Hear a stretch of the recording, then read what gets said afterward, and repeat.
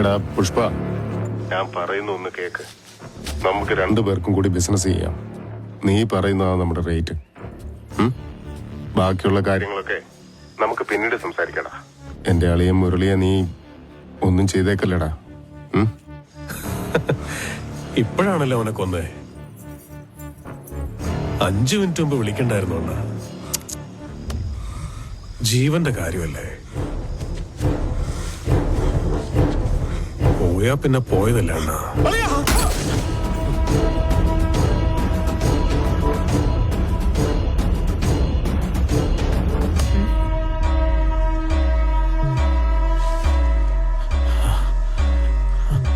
എന്താണ് ഒന്നും മിണ്ടാത്തത്?